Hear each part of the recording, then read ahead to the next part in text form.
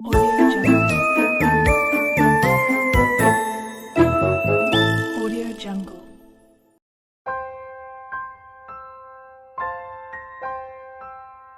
श्रीनिवास रामानुजन की जीवनी। एक बहुत ही गरीब और साधारण परिवार में जन्म लेकर सर रामानुजन ने गणित विषय में पूरे विश्व को आश्चर्यचकित कर भारत को गौरव प्रदान किया। आज की जीवनी में हम बताएंगे कि किस तरह एक 12वीं फेल शख्स ने पूरी दुनिया का ध्यान अपनी तरफ आकर्षित कराया। श्रीनिवास रामानुजन का जन्म 22 दिसंबर 1887 को तमिलनाडु के ईरोड में हुआ था। उनके पिता कप्पूस्वामी श्रीनिवास अयंगर थे, जो साड़ी की दुकान में क्लर्क का काम किया करते थे। उनकी माता कोमलतामल थी, जो एक गृहिणी थी। उनका परिवार कुंभकोणम टाउन में रहा करता था। दिसंबर 1889 में रामानुजन को स्मॉल पॉक्स चेचक हो गया था, परंतु वे कुछ समय बाद स्वस्थ हो गए। इसके बाद वह अपनी माता के साथ ननिहाल, कांचीपुरम, मद्रास, चेन्नई चले गए। जब रामानुजन 1.5 साल के थे तब उनके एक छोटे भाई का जन्म हुआ, परंतु 3 महीने बाद उनके भाई का देहांत हो गया। 1891 और 1894 में उनकी माता ने 2 और बच्चों को जन्म दिया। मात्र एक साल के जीवन काल के बाद उन दोनों बच्चों की भी मृत्यु हो गई। बाल्यकाल में रामानुजन ने अपना अधिकांश समय अपनी माता के साथ बिताया। उनके पिता काम पर जाते थे, जिसकी वजह से उनके पास परिवार के लिए समय कम होता था। श्रीनिवास ने अपनी माता से रीति रिवाजों, पुराणों, व्रतों, धार्मिक भजनों का गान इत्यादि सीखा। रामानुजन को सर्वप्रथम कांचीपुरम के एक स्थानीय विद्यालय में प्रवेश दिलवाया गया, परंतु उन्होंने मद्रास के विद्यालयों को पसंद नहीं किया और वहां के स्कूल में न जाने के प्रयास किए। 11 वर्ष की आयु में उन्होंने कॉलेज के 2 विद्यार्थियों को गणित में पछाड़ दिया। इसके बाद उन्हें लोनी नामक एक गणित के प्रोफेसर के द्वारा लिखित एडवांस्ड त्रिकोणमिति की पुस्तक दी गई। 13 साल की उम्र में श्रीनिवास ने गणित विषय पर अपनी गहरी पकड़ बना ली। 14 साल की उम्र में उन्हें अनेकों पुरस्कार व प्रमाण पत्र मिले। रामानुजन अपनी गणित की परीक्षाओं को निर्धारित समय से आधे समय पहले ही पूरा कर देते थे। 1902 में उन्हें त्रिघातीय समीकरणों का हल निकालना सिखाया गया। आगामी वर्षों में उन्होंने चतुर्घातीय समीकरण का हल निकालने के लिए अपना अलग मेथड बना डाला। 1903 में उन्होंने एक पुस्तक पढ़ी, जिसकी वजह से उन्हें गणित की आधारभूत चीजें समझ आई। इस पुस्तक का नाम था A Synopsis of Elementary Results in Pure and Applied Mathematics। 1904 में Ramanujan town higher secondary school से ग्रेजुएट हो गए। उनकी उत्कृष्टता को देखकर विद्यालय के हेडमास्टर ने उन्हें पुरस्कृत भी किया। हेडमास्टर के अनुसार वे इतने बुद्धिमान थे कि अधिकतम अंकों से भी अधिक अंक दिए जाने के वे योग्य थे। आगे की पढ़ाई करने के लिए श्रीनिवास ने कुंभकोणम के गवर्नमेंट आर्ट्स कॉलेज में प्रवेश लिया। वे गणित में बहुत बुद्धिमान बन चुके थे और अधिकांश समय में सिर्फ गणित ही पढ़ते रहते थे, जिसकी वजह से अन्य विषय में फेल हो गए। अगस्त 1950 में वह घर से दूर चले गए और महीने भर के लिए राजामुंदरी में रहे। वह मद्रास के पचेपा कॉलेज में दाखिल हुए। वहां पर भी वह गणित में हमेशा अव्वल रहे, परंतु अन्य विषयों जैसे अंग्रेजी, संस्कृत आदि में कठिनाई पूर्वक उत्तीर्ण कर पाए। बिना डिग्री के ही उन्होंने कॉलेज छोड़ दिया और गणित में अपनी व्यक्तिगत रिसर्च शुरू कर दी। उस समय में उनके पास कोई आय का साधन नहीं था, जिसकी वजह से वह भयंकर गरीबी में भी अपने रिसर्च पर काम कर रहे थे। श्रीनिवास शर्मीले व शांत स्वभाव के व्यक्ति थे। 14 जुलाई 1909 को रामानुजन का विवाह जानकी नामक लड़की से हुआ था। विवाह के समय रामानुजन की उम्र लगभग 21 वर्ष थी, जबकि जानकी की उम्र 10 वर्ष थी। यह शादी श्रीनिवास की माता ने तय की थी। विवाह के 3 वर्ष तक जानकी अपने मायके ही रही। 1912 में जानकी, उसकी सास व श्रीनिवास तीनों मद्रास में रहने लगे। शादी के बाद रामानुजन को हाइड्रोसेल्टिटिस हो गया था। इसका इलाज कराने के लिए उनका परिवार खर्चा नहीं उठा सकता था। जनवरी 1910 में एक डॉक्टर ने बिना किसी पैसे के अपनी इच्छा से उनकी सर्जरी की। ठीक होने के बाद रामानुजन जॉब ढूंढने के लिए गए।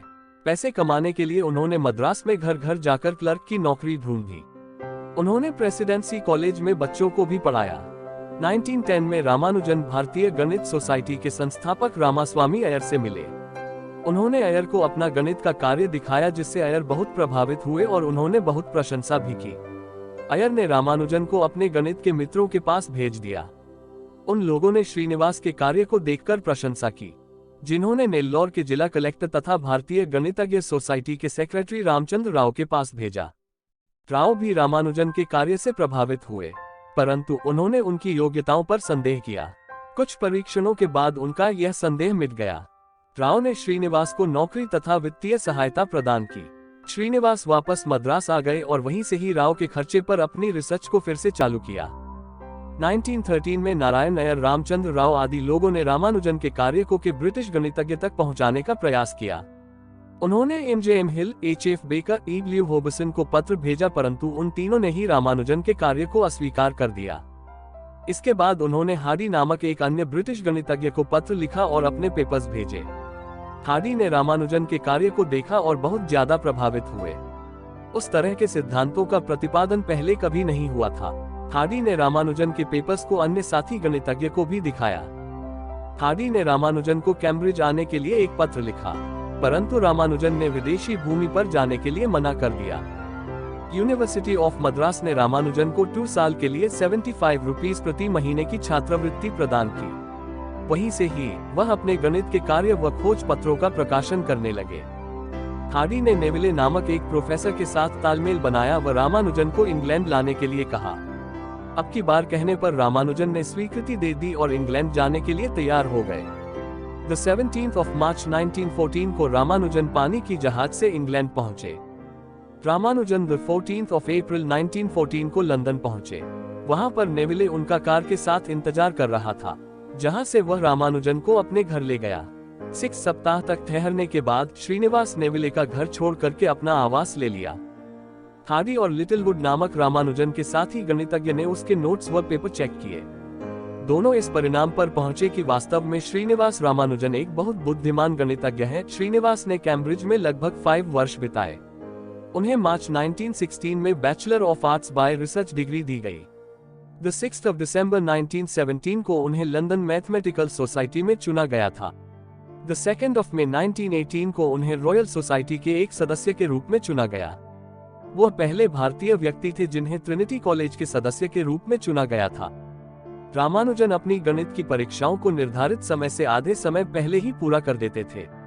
1902 में उन्हें त्रिघातीय समीकरणों का हल निकालना सिखाया गया। आगामी वर्षों में उन्होंने चतुर्घातीय समीकरण का हल निकालने के लिए अपना अलग मेथड बना डाला। रामानुजन के जीवन में स्वास्थ्य की समस्याएं बहुत रही। जब वह इंग्लैंड में रह रहे थे तब उनका स्वास्थ्य और खराब हो गया था। हिंदू धर्म के रीति रिवाजों से जुड़े होने के कारण वे शाकाहारी भोजन ही ग्रहण करते थे। इंग्लैंड में इस तरह का भोजन मिल पाना बहुत कठिन था। 1914 से 1918 के समय में प्रथम विश्व युद्ध के दौरान शुद्ध शाकाहारी भोजन में कमी के कारण उनका स्वास्थ्य खराब हो गया था। 1919 में रामानुजन इंग्लैंड से कुंभकोणम वापस लौट आए। 1920 में मात्र 32 साल की उम्र में कमजोर स्वास्थ्य के कारण कुंभकोणम, मद्रास में उनकी मृत्यु हो गई। श्रीनिवास की मृत्यु के बाद उनकी विधवा पत्नी जानकी देवी को मद्रास यूनिवर्सिटी ने पेंशन प्रदान की। उन्होंने एक पुत्र भी गोद लिया जिसका नाम नारायण था। आज के लिए बस इतना ही। कल फिर मिलेंगे नए वीडियो के साथ। आपको वीडियो कैसा लगा? अगर अच्छा लगा तो लाइक करें, कमेंट करें और दोस्त लोग को भी शेयर करिए। और चैनल अफजाल आइडिया सब्सक्राइब करना मत भूलिए, क्योंकि रोज इसी तरह के वीडियो आपको रोज मिलेंगे इस चैनल पर। धन्यवाद। Audio Jungle.